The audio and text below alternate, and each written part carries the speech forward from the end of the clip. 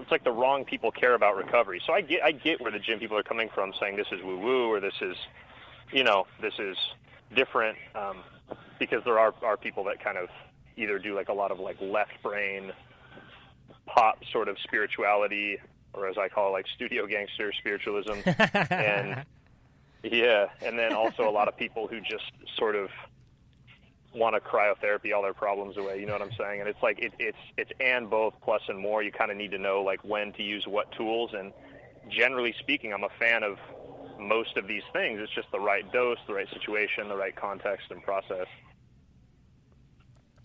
Going back to touching on diet and how you cleared up some of your issues, you said, semi on the spectrum, undiagnosed, but you noticed once you cleaned up your diet that you started being able to look people in the eyes and have more confidence.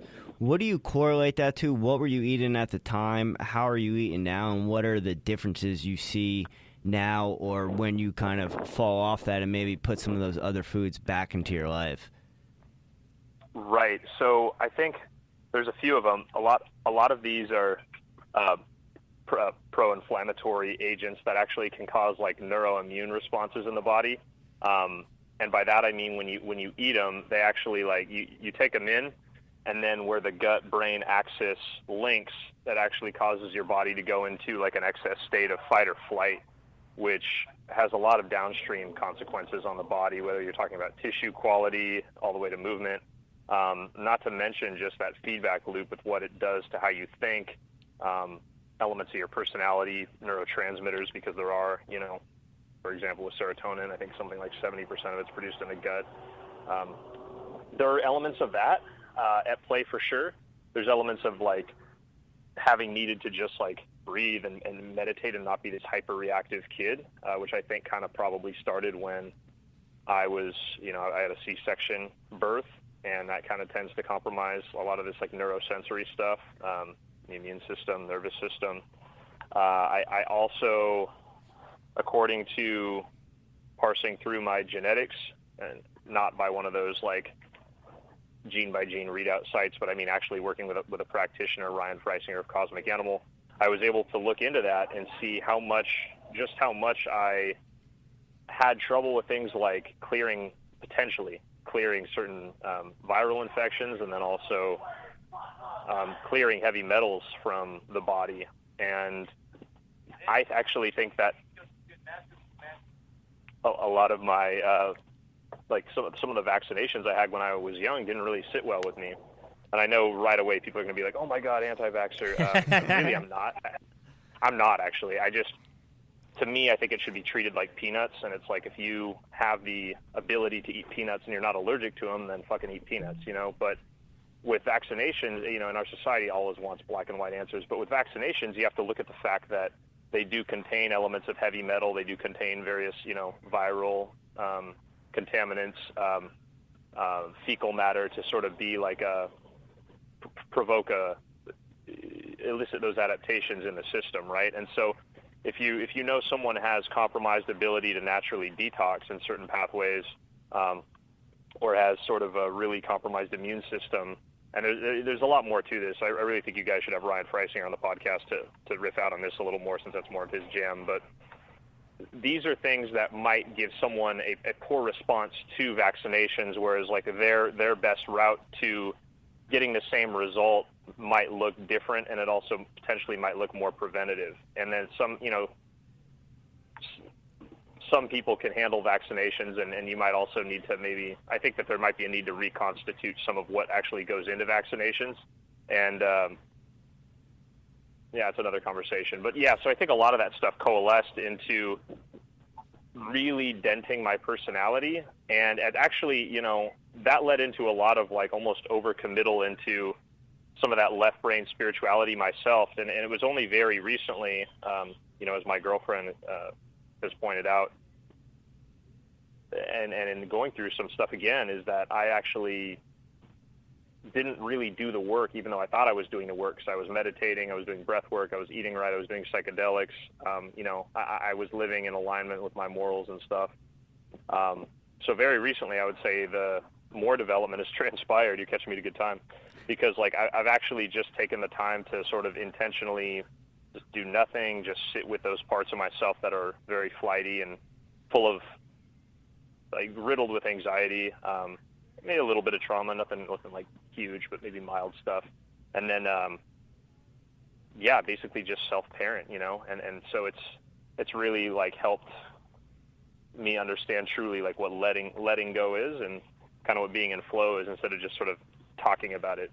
The last thing I'll say, because I know this has been a bit of a diatribe, is a lot of people tend to spend a lot of this time on the mountain, in this like peak performance mountain, like the Dave Asprey types of the world. And those people are cool because, a lot of other people are getting healthier because of them. But at the same time, for those of us in the space, it's like, okay, we're really not meant as humans to live peak performance, optimum, like top of the mountain all the time. And at the same time, we really don't want to just sort of rely on all these things outside of ourselves just to be and just to live and just to have to exist. They're kind of meant to be more signposts or situational things to optimize, but they're not meant to be things that dilute and allow you to neglect the fundamentals. And the same with psychedelics too. It's like the reality is that this world is the one we have to live in at the end of the day. And so you have to be careful with how much checking out you're doing, even if it is good and intentional, not necessarily like the 60s. Like for me, for example, when I go to speak at some of these mind-body events, some of the things like that, they look at me and they say, okay, well, you have a shaved head, you have tattoos, you listen to hip hop, and in reggae, they're like, what are you doing here? And it's like, okay, well, isn't this supposed to be a place where it's judgment free? You know what I mean? Just because I'm not wearing my pajamas here like I'm at Burning Man, like I'm somehow less spiritual than you, like, what the fuck? So I like to think that I'm kind of a voice of reason in that whole space a little bit, but who knows, maybe I'm the one who's wrong. Yeah, it's funny you mentioned that. Jimmy and I say all the time that you have to be your own parent, because there's no one there that's going to tell you to go to bed early, or to write in your journal, or to meditate, or to eat right. So that's something that we say to each other all the time. I also mention that with my clients as well, that sometimes you just got to be your own parent to get shit done, because at the end of the day, you're the only one that's responsible for yourself once you get out of your parents' house. Yeah, man, absolutely. There's another great guy to talk to about that named Mike Colleen. I can connect you guys if you want. Please do. He sort of walks different lines like the those of us on this call. He is an NLP, a master practitioner. He's a former kickboxer, a world champion kickboxer. He's also an energy healer. So he's helped me a lot. And definitely, like, when you feel like you get some good mentors in your life, he's absolutely one of them for me. And it's been good. The evolution's been good. I think the other important thing you touched on was that every day is not going to be unicorns and rainbows and puppy dogs and ice cream, and that's okay. And you just have to learn some days to sit with that and kind of really analyze that. And that's one of the things that I've been able to do, is I've really realized how toxic gluten can be for me and my mindset. And like, there's like a 48-hour, sometimes a 72-hour window after I have some gluten where I'm a completely different person. Like, I don't want to say I'm on suicide watch, but I get really, really blue from eating gluten. And it's taken me 43 years to get to this point where now I can, we live about a half mile from Voodoo Donuts, and we walk by there pretty regularly. And I'm at the point now where I can just, like, there's no urge, there's no resistance. I can walk in there when friends are in town visiting, and they'll go get their donut or two or three, and I have no interest in it, because I know what that's going to do to me on the back end. Like, I can deal with the inflammation and the GI issues, but I'm literally like, people don't want to be around me for 2 or 3 days afterwards, because I'm self-deprecating, I have self-doubt, I'm self-conscious, like, I question my place in the world, what I'm doing with my life, all these things. So I know that there's just certain things now. It's taken me a long time to get there, but it's not worth the 30 to 60 seconds of mouth pleasure to deal with 48, 72 hours of like this depression. Yeah, you got more than you bargained for when you went to Voodoo Donuts. You left with some voodoo, dude. I really did. And the last time I was there, we just happened to be walking by. They were doing a soft opening, and there was one of the employees was outside, and he was just barking at people. Hey, we got free donuts. You want a free donut? Free donuts. And we walked by. He's like, you guys want donuts, don't you? And I was like, all right, I'll do it. And yeah, I went in, had a donut, and then for 2 days, the guy sitting across from me right now had to deal with me and like talk me off the ledge because I am literally a different person. Yeah, brother. That's the interesting thing too, is that so I'll circle back on your point about rainbows and butterfly days.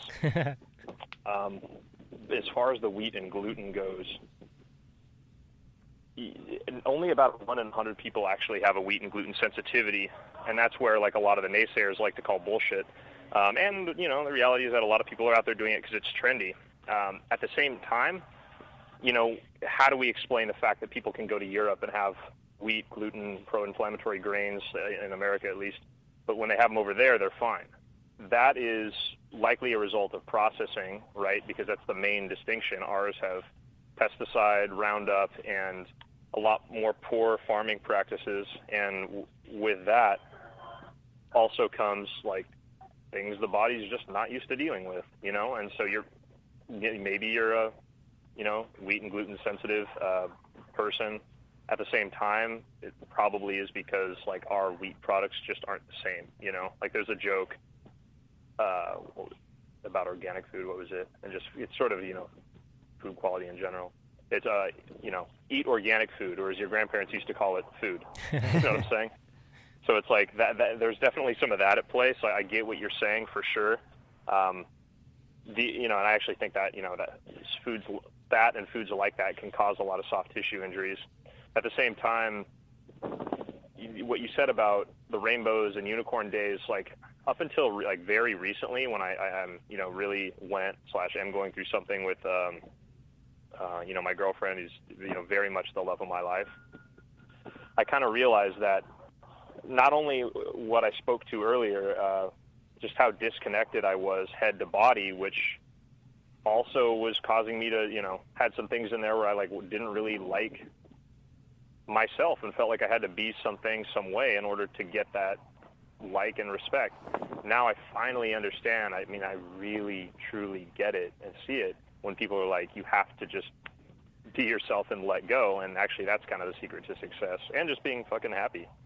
So I also would be someone who, if I was having a bad day, I would do every fucking thing in the world to change it instead of just sitting there and fucking being with it.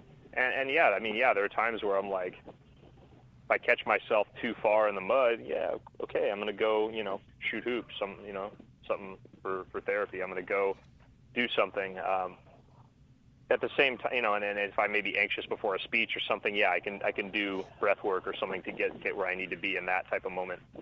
But a lot of times, like, those days, like, build up, and those feelings build up because you never just sat there and self-parented with them. You never just sat there and were with them. I mean, that's what real integration is like, fucking feel it, you know? And that's, you know, and my girlfriend she'll laugh at this because, like, I would talk about this stuff. Meanwhile, I was doing everything under the sun to not feel these emotions, you know? And what's funny is that the more you kind of lean into them and just let them be initially, the more in the long run you are going to have more unicorn days and you are going to have better days. And, you know, you're going to cry more, sure, but you're also going to laugh a hell of a lot more. And so I think that's what, like, a lot of people in the sort of neo-spiritual scene really need to realize. It's interesting you say that about doing everything to avoid just sitting in it. I can tell some days when I'm not in a good headspace, I'm doing some breath work and it's completely manic and I'm completely not putting intent in there. I'm just trying to do it to change my mindset at the time.